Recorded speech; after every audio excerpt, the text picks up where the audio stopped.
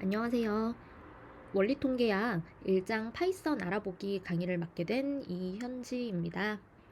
오늘은 첫 번째 강의에 이어서 파이썬에서 주로 사용하는 자료 타입에 대해서 한번 알아보고, 그 다음에 이 타입들을 사용하기 위해 가장 기본적으로 설치를 해야 하는 라이브러리를 설치하는 방법, 그리고 데이터 세트를 불러와서 그걸 이제 확인하는 부분까지 해보도록 하겠습니다.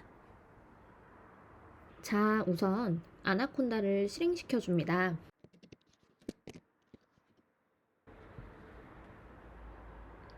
이렇게 뱀 모양 동그라미가 나오고요. 로딩이 끝나면 실행이 되죠. 주피터 노트북으로 해볼게요. 주피터 노트북에 런치를 실행시켜 줍니다.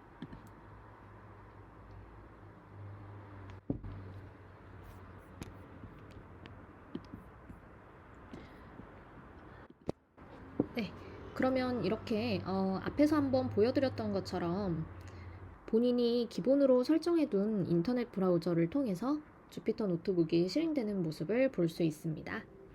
여기 보시면 여기 나와 있는 파일들은 전부 여러분 컴퓨터 내부에 있는 파일이랑 똑같아요. 그러니까 인터넷 브라우저를 인터넷을 쓰는 용도로 사용을 하는 게 아니고 그냥 주피터 노트북을 실행하기 위한, 이 주피터 노트북을 보여주기 위한 수단으로 지금 사용을 하고 있는 거라고 이해를 해주시면 될 것 같아요. 여기서 저희가 원리통계학에서 사용하기 위한 원리통계학 파일을 폴더를 새로 하나 만들어 볼게요. 오른쪽에 보시면 여기 New를 클릭해 줍니다. 여기서 폴더를 누르면 새 폴더가 생겼죠. 네, 이름이 제목이 없는 폴더가 생겼고요. 이름을 원리통계학으로 바꿔보겠습니다. 여기를 클릭하시면 리네임, 이름 바꾸기가 있죠. 누르고 이름을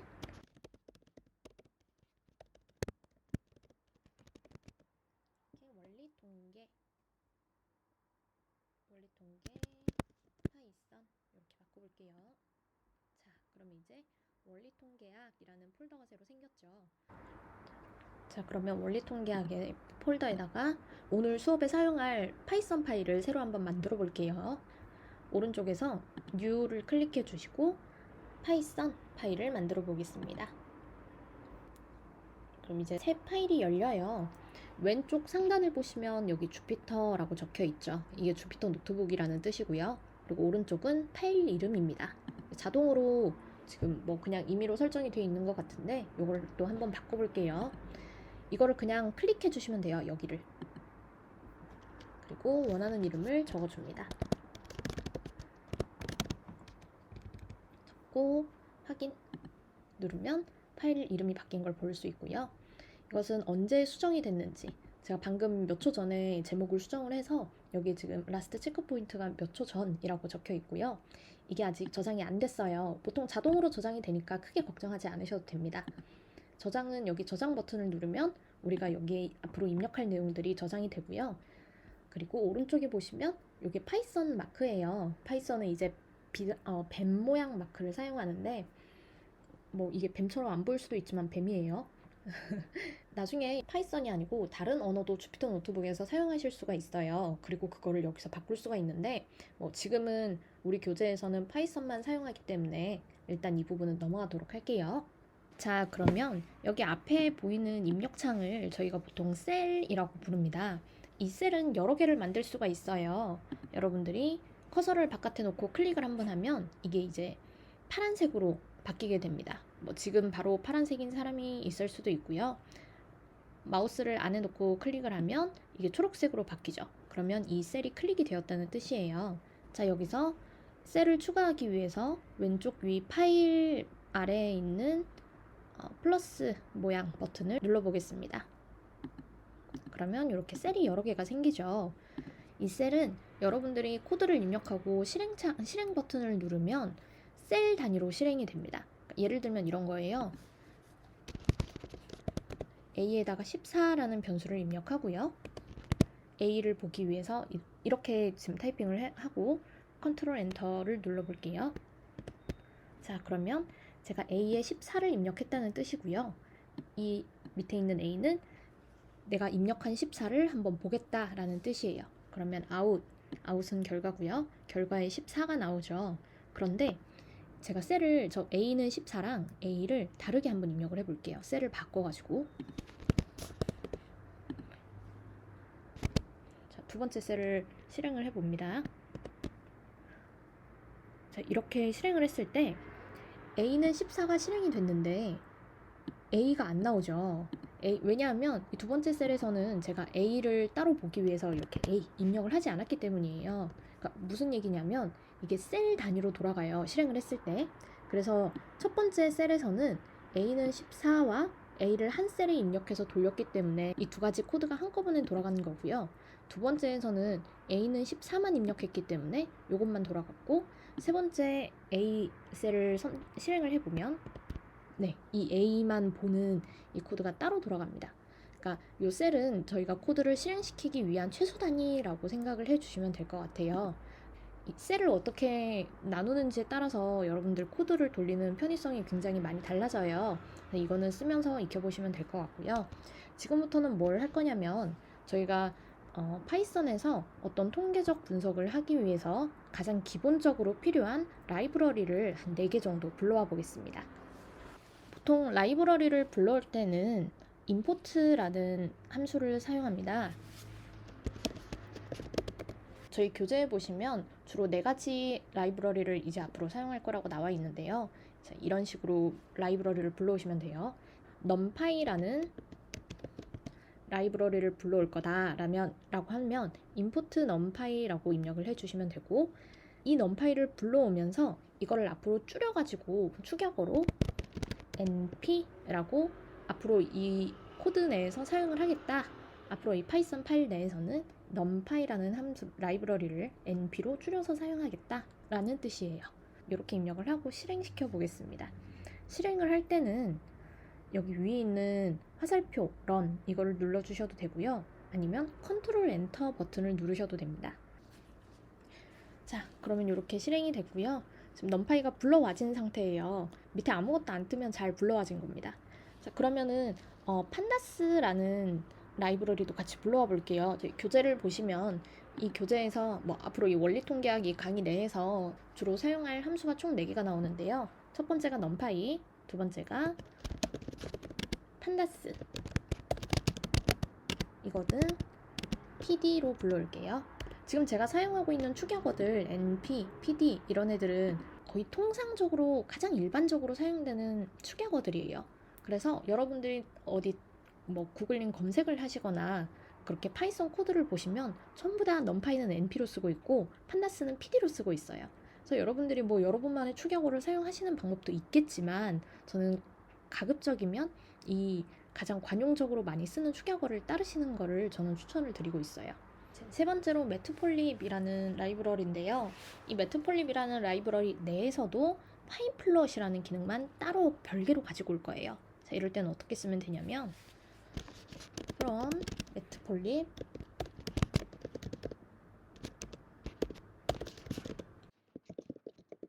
파이플롯을 가지고 오겠다. 그리고 이것은 PLT로 줄여서 사용하겠다. 이렇게 가지고 오시면 됩니다. 이제 저희가 사용하고 싶은 건 실제로 사용하고 싶은 건 파이플롯이라는 기능이고요. 이거는 이제 플롯 그러니까 그래프를 그릴 수 있는 함수고, 그러니까 이거를 이 매트폴립이라는 라이브러리 내에서 가지고 오는 거예요. 마지막으로 스태치 모델인데 지금 제가 보여드리는 그대로 입력을 한번 해주세요.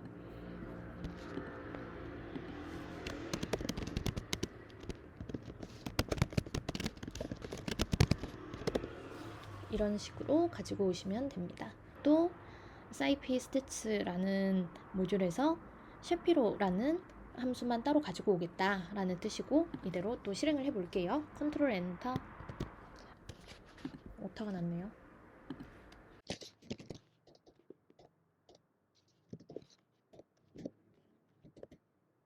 자, 이렇게 컨트롤 엔터 눌러주시면 여기 별표로 방금 지나갔는데 별표로 돌아가는 내용이 보여요. 여기 이제 별표 표시가 되어 있으면 그 셀이 지금 실행이 되고 있다는 뜻이고요. 이게 끝나면 이렇게 숫자로 바뀝니다. 이 숫자가 의미하는 거는 이게 이 전체 지금 저희가 사용하고 있는 이 파이썬 파일 내에서 몇 번째로 실행이 됐는지를 표시를 해주고 있어요. 제가 이제 앞에 이것저것 치면서 1번, 2번, 3번이 날라갔는데 이게 이제 네 번째로 실행한 셀, 그게 4번이고요. 그다음에 다섯 번째로 실행한 셀 5번, 여섯 번째가 A. 그리고 저희가 제가 또 가운데 이것저것 실행한 게 또 날라갔는데, 하여튼 저희 이게 이 파일 내에서 11번째로 실행한 셀이라는 뜻입니다. 이거 나중에 사용하시다 보면 내가 뭐 어디까지 돌렸지? 라고 확인할 때 이 숫자 사용하시면 꽤 유용하게 확인할 수 있어요. 자, 그러면 이제 저희가 기본적으로 필요한 라이브러리들은 어느 정도 불러왔고요. 이걸로 저희가 파이썬 내에서 주요하게 쓰이는 자료 타입을 한 3-4가지 정도를 직접 한번 실행을 해 볼게요.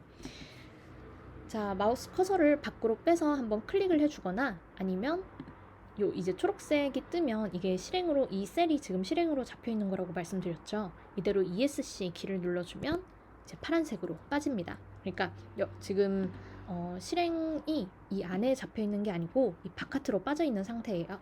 이대로 자판에서 알파벳 B를 눌러줍니다. 자, 그러면 밑에 이렇게 셀이 새로 생겼죠. 이거는 지금 선택되어 있는 셀에 아래에 빈 셀을 추가하겠다는 단축키예요. 그러면 위에 추가하고 싶을 경우에는 알파벳 A를 눌러주시면 됩니다. 자, 이러면 위에 생겼죠.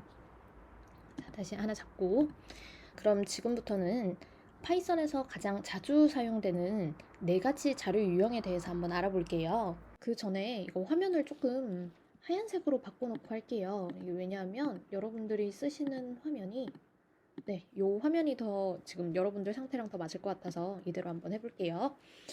자, 첫 번째로 일단 객체가 있고요. 그리고 두 번째로는 리스트. 그리고 세 번째로 매트릭스, 행렬이라고도 하죠. 마지막으로 데이터 프레임. 이렇게 4가지를 한번 보도록 하겠습니다. 자, 우선 객체는 하나짜리 변수예요. 예를 들면 저희가 위에서 입력했던 A는 14, 이것도 객체에 해당이 됩니다. 자, 몇 개를 한번 볼게요. 우선 저희가 앞에서 만들었던 것처럼 숫자가 객체로 입력이 될 수가 있고요. 그 다음에 글자도 들어갈 수 있습니다. 예를 들어서 뭐 원리 이렇게 입력을 할 수 있고요. 텍스트가 들어갈 때는 반드시 양옆으로 이렇게 따옴표나 쌍따옴표를 적어 주셔야 돼요. 따옴표가 들어가든 쌍따옴표가 들어가든 그건 별로 상관이 없습니다. 이게 이제 정수니까 int라고 적어 볼게요. 얘는 텍스트형은 str로 표현을 합니다. 여기 그 샵 붙어 있는 게 뭐냐면 저희가 주석이라고 보통 부르는데요. 이 파이썬 내에서 코드로 인식되지 않는 부분이에요. 그래서 코드에 대한 설명을 적을 때 주로 사용을 하고요. 각 줄마다 샵 이후로 적혀 있는 글자에 대해서는 파이썬이 코드로 인식하지 않아요. 지금 보시면 이거랑 지금 색깔이 다르죠. 만약에 얘를 그러면 코드로 한번 인식을 시켜보고 싶다라고 하시면 얘를 이렇게 줄을 바꿔주면 됩니다. 이해가 되셨나요? 이렇게 일단 숫자와 글자형이 있고요. 그리고 불이라고 해서 참 거짓을 나누는 형태의 자료형이 있습니다. 그래서 이렇게 true 혹은 false라고 적고요. 불이라고 하는데 true만 맞고 지금 이 앞에 대문자가 들어있는 이 형태만 맞고 소문자나 아니면 전체가 대문자로 들어간 형태는 불 타입이 아니에요. 그러니까 이 형태 하나 기억해 주세요. 뭐 false도 마찬가지예요. 얘도 불이라고 부르고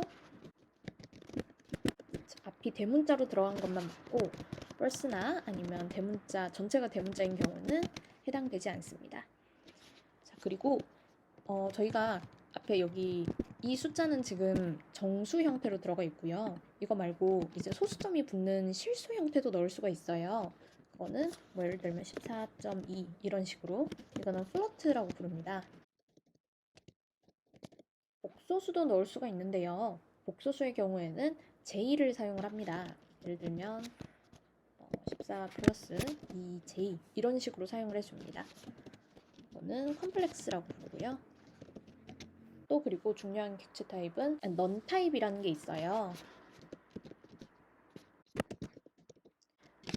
그리고 넌 타입이라고 부르고요. 이거는 공백을 의미합니다. 그러니까 넌으로 입력이 된 객체의 경우에는 그 자체의 값이 없어요. 그러니까 비어있는 것으로 인식이 됩니다. 나중에 큰 데이터를 다룰 때는 이 넌에 대한 처리가 굉장히 중요하기 때문에 여러분들이 이 넌 타입도 꼭 반드시 기억을 해주셨으면 좋겠습니다. 자, 그리고 하나 중요한 게 이 객체들을 이렇게 굉장히 다양한 타입으로 입력을 했을 때 이 객체를 확인하는 방법이 좀 필요한데요. 이때는 어떻게 하냐면 타입이라는 함수를 써주시면 됩니다. 타입, 그 다음에 우리가 확인하고 싶은 객체를 한번 넣어볼게요. 이렇게 해서 실행을 해주면 그렇죠. C는 저희가 true로 입력했기 때문에 불 타입이라는 답이 나오죠. 어떤 자료의 유형을 확인하고 싶을 때는 타입이라는 함수를 사용해 주시면 됩니다. 두 번째로는 리스트를 한번 볼게요. 저희 지금 객체가 하나짜리, 그러니까 어떤 점처럼 하나의 단독으로 이루어진 형태의 것이라고 한다면 리스트는 굉장히 여러 개의 요소를 담고 있는 어떤 자료 주머니라고 생각을 해주셔도 될 것 같아요. 리스트를 만들 때는 괄호를 이용을 합니다. 중괄호를 이용을 해주는데요. 이런 식으로요. 이 괄호 안에 여러분들이 넣고 싶은 여러 개의 변수를 한 번에 넣어주시면 됩니다. 예를 들어서 3과 4와 5 이렇게 세 개를 L이라는 하나의 주머니에 넣었을 때 우리는 이걸 리스트라고 부릅니다. 이 리스트에는 숫자만 들어가는 건 아니고요. 저희가 위에서 사용했던 다양한 객체들을 한 번에 넣을 수가 있어요. 예를 들면 숫자와 단어를 한 번에 넣을 수도 있고요. 아니면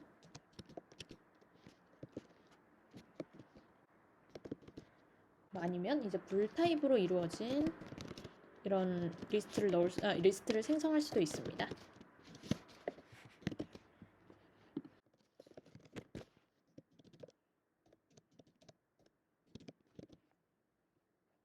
자, 그러면 입력한 대로 차례대로 나오죠.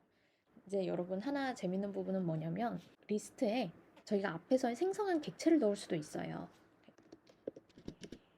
이런 식이에요. 예를 들어서 A와 B를 넣는다면 저희가 앞에서 A에 14를 지정을 해줬고 B에는 원리라는 텍스트를 지정을 해줬기 때문에 이 5를 실행하면 14와 원리가 출력이 됩니다. 자, 그러면은 만약에 우리가 A라는 알파벳을 그대로 넣고 그 다음에 B라는 알파벳을 그대로 넣고 싶다면 저희는 이렇게 사용을 해줘야 돼요. 따옴표를 쓰고 A, 그 다음에 또 따옴표를 쓰고 B 이렇게 넣어주시면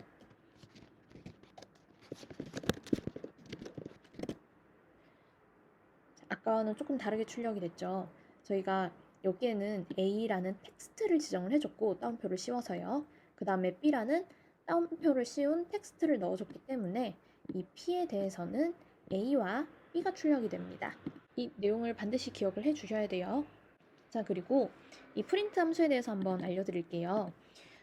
파이썬 주피터 노트북의 특징 중에 하나가 뭐냐면 제일 마지막 것만 실행이 되도록 되어 있어요.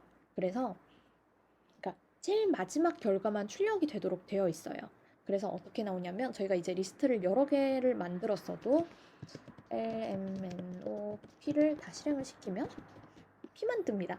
이게 마지막만 출력이 되도록 되어 있어서 그래요. 그런데 저희가 이거를 다 보고 싶잖아요. 그러면 여기 프린트 함수를 씌워주시면 돼요.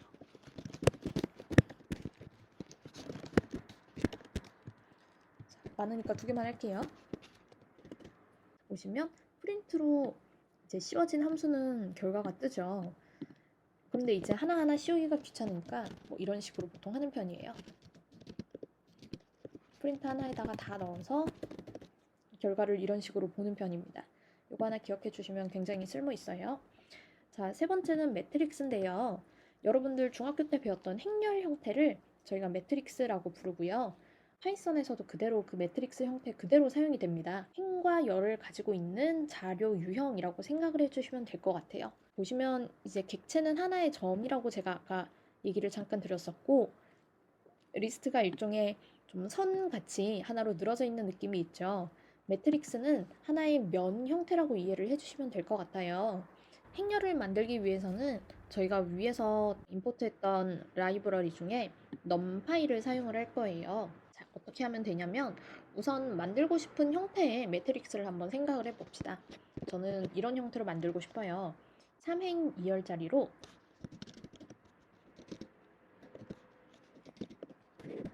무릎이고 여기 이렇게 크게 가로가 씌워진 것 같은 그런 형태의 매트릭스를 만들고 싶어요. 저희가 설치했던 라이브러리 중에 numpy의 기능을 이용해서 매트릭스를 한번 생성해 보겠습니다. 어떻게 하면 되냐면 우선 저희가 매트릭스를 담을 변수의 이름을 하나 지정을 해줍니다. 저는 매트릭스니까 뭐 mx 이렇게 한번 지정을 해볼게요. 여기다가 위에서 사용했던 것처럼 그대로 는 넣어주시고요. 그 다음에 함수 np에 있는 array 함수를 사용할게요. 그리고 저희가 지금 방금 구상한 이 형태에서 이 자료들을 순서대로 한 줄씩 넣어주시면 됩니다. 한 줄씩 넣어주시면 됩니다. 2, 그리고 3, 4, 그리고 5, 6. 자, 그런데 저희가 어디까지를 첫 번째 행으로 지정할 건지를 중괄호로 한번 이렇게 싸매줄게요. 그럼 두 번째 행도 중괄호로 싸매주고 세 번째 행도 중괄호로 이렇게 경계를 지정을 해줍니다. 자, 그러면 이게 또 자연스럽게 1,2 이렇게 자연스럽게 세 줄이 형성될 것 같지만 저희가 이거를 하나의 매트릭스로 만든다는 뜻에서 한 번 더 씌워줍니다. 이게 여러분들 영역 설정을 이렇게 쭉 긁어서 한 다음에 괄호를 한번 누르거나 아니면 뭐 따옴표를 한번 누르면 자동으로 앞뒤로 씌워져요. 이거는 이제 파이썬의 기능이니까 좀 참고하시면 많이 유용할 것 같고요. 자, 그러면 이대로 실행을 한번 해볼게요. 이러고 mx를 불러보겠습니다. 저희가 원하는 대로 잘 형성이 됐죠. 형성이 됐고 앞에 array라고 지정이 되어 있고요. 이 mx의 자료 타입을 한번 확인해 보면 네, numpy에서 array로 지정이 된 것을 볼 수 있습니다. 이 행렬은 지금 저희 교재에서는 거의 사용이 되지 않기 때문에 우선은 이제 만드는 것 정도만 해보고 넘어갈게요. 자, 그리고 마지막으로 데이터 프레임입니다. 여러분들이 데이터를 처리하고 또 분석을 하게 되면 가장 많이 사용하게 되는 유형일 거예요. 데이터 프레임. 데이터 프레임은 위에서 객체가 뭐 일종의 점 같은 거라고 했고요. 리스트가 뭐 일종의 선 하나로 이제 직선으로 나열된 형태의 그런 이미지의 이제 객체고, 매트릭스가 면 형태의 객체라면 데이터 프레임은 일종의 정육각형 같은 이제 면이 어떤 입체적 면이지만 입체감을 가지고 있는 이제 그런 면이지만 입체감을 가지고 있는 그런 형태의 자료 타입이에요. 일단 기본적인 형태는 매트릭스랑 같아요. 행과 열로 이루어진 형태를 가지고 있는데 이 자료가 각각 다른 유형의 자료 타입을 가질 수가 있어요. 자, 예를 한번 들어볼게요. 저희 교재 21쪽에 있는 예제를 한번 볼게요. 예제에 보시면 두 가지의 다른 x와 g라는 변수를 만든 다음에 이 x와 g를 데이터 프레임이라는 함수로 합치는 그런 코드로 나와 있어요. 자, 그럼 한번 해보겠습니다. x에 np, 그러니까 numpy에서 array라는 함수를 쓰겠다. 어떤 이제 수를 array로 만들 거냐면 2.0 하나씩 천천히 입력해 줍니다. 2.0 쭉쭉쭉 입력해 주세요.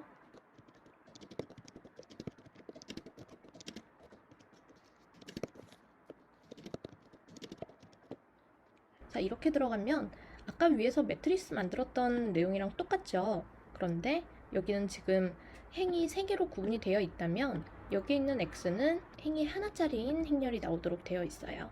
이게 구분이 되시나요? 자, 그리고 두 번째로는 g도 마찬가지로 np, 그리고 여기서 repeat이라고 있죠. 이건 뭐냐면 이 괄호 안에 들어가는 수를 반복하겠다는 뜻이에요. 그럼 어떤 수를 반복할래? 그럼 여기서 다시 np.array가 나옵니다. A, B. 자, 이게 의미하는 게 뭐죠? A와 B로 된 행이 하나짜리인 텍스트 2개가 들어간 행렬이에요. 이것을 이제 5번 반복하겠다. 자, 가로 닫고. 자, 저희가 그러면 지금까지 만든 X랑 G를 한번 확인을 해 볼게요. 확인을 할 때는 프린트, 왜냐면 2개를 다 보고 싶으니까요. X, 그리고 따로따로 적어 보겠습니다. 실행, 컨트롤 엔터. 자, 그러면 이게 뒤에 점 뒤에 숫자가 없는 건 0이라는 뜻이에요. 만약에 여러분이 뭐 0.4 이런 소수를 치더라도 얘가 아마 0.4로 나올 수가 있어요. 이거는 설정에 따라서 조금씩 달라질 수 있어요. 자, 2.0, 2.0 저희가 지금 입력한 대로 숫자가 잘 들어갔죠. 그리고 밑에도 A가 5번, B가 5번 이렇게 반복이 된 모습을 볼 수 있습니다. 자, 여기서 하나 주의해 주실 부분은 이 2개가 개수가 맞아요. 지금 10개예요. 2개가 다. X도 10개, X도 안에 지금 1행 10열짜리, 그리고 G도 1행 10열짜리 이렇게 2개가 만들어졌어요. 자, 그러면 이거를 이제 2개를 합쳐서 데이터 프레임으로 만들어 볼게요. 자, 그리고 제가 이거를 이 X와 G를 딕셔너리를 이용해서 묶어줄 거예요. 자, 이건 뭐냐면 자, 우선 이렇게 한번 입력을 해보세요.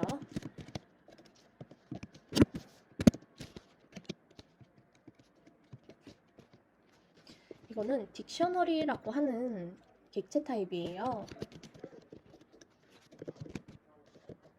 이게 뭐냐면 어떤 키값마다 각각의 속성값을 부여해주는 그런 객체 타입이라고 생각을 해주시면 돼요.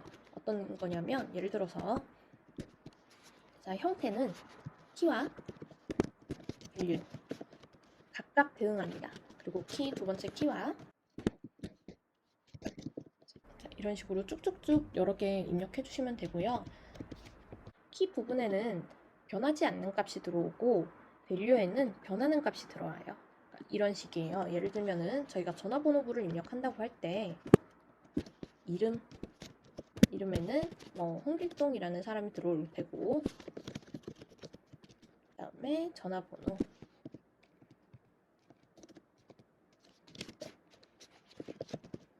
전화번호에는 내림에도 따옴표 달아줄게요. 1, 2, 3, 4, 5, 6, 7, 8 이런 식으로 이런 식으로 각각 대응하는 쌍을 지정해 주는 게 딕셔너리라는 객체예요. 자, 이게 개념이 지금 처음 하시는 분들은 개념이 굉장히 어려울 수 있는데 우선은 이런 객체가 있다. 그리고 데이터 프레임 만들 때 이 객체도 활용할 수 있다. 라고만 이 정도만 좀 외워놔 주세요. 그리고 이 형태도 기억을 해주시면 좋습니다. 지금 이 위에서는 저희가 이 G라는 이 G를 지금 속성값으로 사용을 하고 여기다가 G라는 이름을 줄게요 라고 지정을 해준 거예요. 이 속성값에 대한 이름을 지정해 준 거고 여기도 이 X라는 속성값에 대해서 대문자 X라고 이름을 지정을 해준 거예요. 이 어떤 책에 약간 제목 달아주듯이 각 자료집에 이름을 달아준 거라고 생각을 해주시면 돼요. 자, 그러면 저희가 이 두 줄의 자료가 준비가 모두 끝났으니까 이거를 데이터 프레임으로 한번 묶어 볼게요. 데이터 프레임을 형성할 때는 판다스의 기능을 사용합니다. 저희가 위에서 불러왔던 판다스 라이브러리를 PD로 추격해서 사용하기로 했었죠. 자, 그러면 PD에 판다스는 데이터 프레임을 만들기 위해서 굉장히 잘 활용이 되는 그런 라이브러리예요. PD에 있는 데이터 프레임 함수를 쓸 거고요. 이 데이터 프레임으로 형성이 될 데이터는 저희가 이제 딕셔너리 지정을 해준 이 D를 불러오고 저희가 형성한 데이터 1을 보는 것까지 실행해 보겠습니다. 실행은 컨트롤 엔터.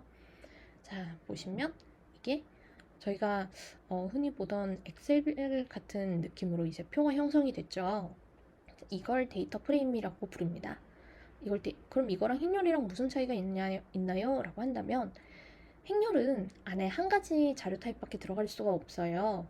그런데 데이터 프레임은 지금 보시면 텍스트도 들어가 있고 그리고 숫자도 들어가 있죠. 이렇게 여러 가지 자료 타입이 들어갈 수가 있습니다. 흔하게 생각하면 엑셀 파일에는 파일 하나에 날짜도 들어갈 수 있고 숫자도 들어갈 수 있고 이제 이런 식으로 굉장히 다양한 자료를 넣을 수가 있잖아요. 이제 그렇게 형성을 해서 쓸 수 있는 거라고 이해해 주시면 될 것 같아요. 자, 그러면 그리고 한 가지 더. 여기 보시면 데이터 프레임 첫 줄이 0으로 시작해요. 여기가 1번부터 시작을 하는 게 아니고요. 뭐 1, 2, 3, 4 이렇게 해서 10번까지 떨어지는 게 아니고 0부터 시작을 해서 지금 인덱스가 9에서 끝납니다. 요거 하나 기억해 주세요. 파이썬에서는 제일 첫 번째 시작이 0으로 시작을 한다. 요거 하나 기억해 주시면 좋겠습니다. 자, 그러면 이 데이터 1을 지금은 이게 10행짜리 작은 데이터지만 이게 나중에 뭐 100개짜리, 1000개짜리로 넘어가면 이거를 데이터를 다 불러와서 보기가 힘들어요. 그럴 때는 저희가 헤드라는 함수를 써서 볼 수가 있습니다. 데이터 1을 헤드 앞부분만 볼게요 라고 하고 몇 줄까지 볼 건지 입력을 해줍니다. 그러면 앞에서 4줄만 나타나죠. 그래서 데이터를 부분적으로 확인할 때 정말 많이 쓰게 되는 함수니까 이거 기억해 주시고요. 그럼 뒤에만 보고 싶으면 어떻게 하나요? 라고 한다면 tail이라는 함수를 써주시면 됩니다. 자, 그러면 뒤에서부터 4줄이 나타나죠. 이거 하나 기억해 주시면 됩니다.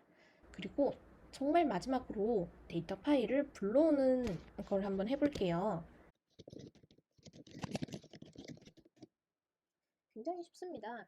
우선은 기본 경로값이 어디로 지정이 되어 있는지를 알아야 돼요. 이게 무슨 말이냐면 저희가 메일 첨부하기 같은 걸 누르면 어떤 폴더 위치가 뿅 하고 뜨죠. 뜨고 저희가 거기서 빠져나가든지 아니면 거기서 더 세부적인 폴더를 선택하면서 저희가 첨부할 파일을 찾아내잖아요. 근데 파이썬도 똑같아요.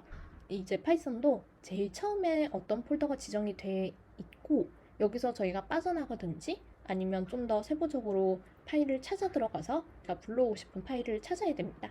그걸 어떻게 하냐면 불러올 데이터를 저장할 객체 이름을 하나 지정을 해주고요. 예를 들면 데이터 2번 그리고 여기에다가 판다스 기능을 이용해서 불러올 거예요. 판다스에 있는 read 언더바 csv 바로 열고 자, 지금부터 경로 찾기예요. 따옴표 한번 입력해 주시고 이거는 이제 CSV 파일을 불러오겠다는 뜻입니다. 보통은 CSV라는 파일을 사용하고요. 이게 뭐냐면 엑셀에서 서식값 이런 거 다 날리고 막 색깔 이런 것들 다 날리고 순수하게 텍스트만 남겨서 저장을 한 거예요. 이거는 엑셀에서 그냥 다른 이름으로 저장하기 이런 거 누르면 굉장히 손쉽게 저장할 수 있고 CSV 파일로요. 굉장히 손쉽게 저장할 수 있고 그 다음에 교재 홈페이지 들어가시면 이 강의에서 사용할 자료들을 전부 다운로드 받으실 수 있어요. 거기서도 이제 다 CSV로 제공이 되고 있으니까 확인해 보시면 되겠습니다. 여기서 따옴표 한번 입력해 주시고 탭 버튼을 한번 눌러줍니다. 자판에서 탭 버튼을 한번 누르면 이 파이썬 파일이 있는 폴더에 파일들을 볼 수가 있어요. 지금 왜 많은데 제가 ex7-2 csv를 미리 넣어놨습니다. 자, 이렇게 클릭 한번 해주시고 데이터 2를 볼게요 라고 실행을 해보면 이렇게 데이터 2가 잘 나타나죠. 근데 데이터 수가 조금 많으니까 앞부분만 한번 볼게요. 그러면 헤드 10개만 볼까요? 자, 그럼 앞에서 10개가 나타나고 이렇게 불러오실 수 있고요. 만약에 이 저희 수업용으로 만든 이 원리 통계 파이썬 폴더에다가 이 7-2를 넣었는데 만약에 이게 아니고 다른 데서 불러오고 싶어요 라고 하시는 분들은